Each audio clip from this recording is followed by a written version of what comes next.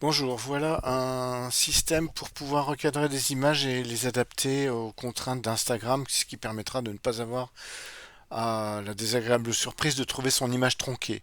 Par exemple, on peut rajouter de la surface noire ou blanche ou grise comme ça vous arrange, même bleu ciel si ça vous chante, sur les bords manquants. Je vais annuler parce que je viens de faire l'opération.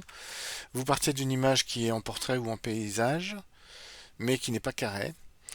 Vous pouvez prendre l'outil recadrage en tapant C éventuellement ou en cliquant sur l'outil adapté dans la boîte à outils de Photoshop. Ensuite, soit vous demandez dans le petit menu local format 1 sur 1 carré, 1 2.1 carré, ou alors vous tapez les chiffres 1 1 dans les champs de saisie correspondants.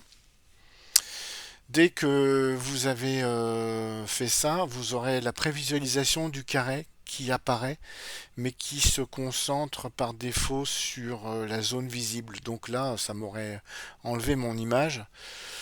Et je vais me mettre sur un coin, cliquer glisser. Comme je veux que ça soit, ça va rester carré, même si je n'enfonce aucune touche pour l'instant.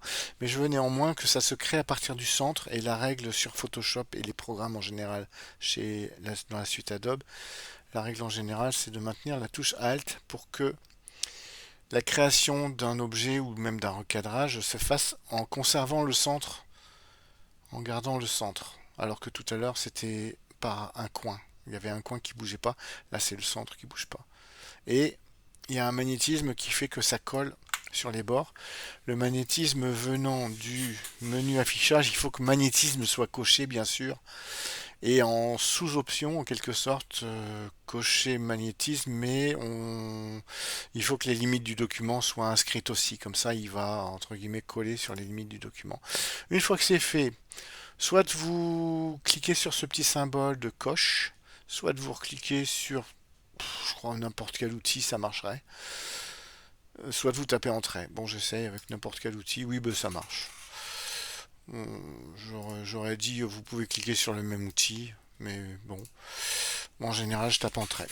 Voilà, et puis ensuite vous l'enregistrez sous, en changeant légèrement le nom, comme ça vous conservez le format non altéré, et en rajoutant éventuellement,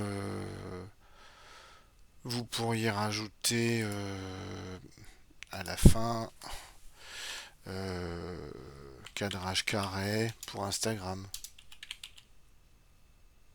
Bon, cadrage carré, voilà, cadrage carré, et entrée.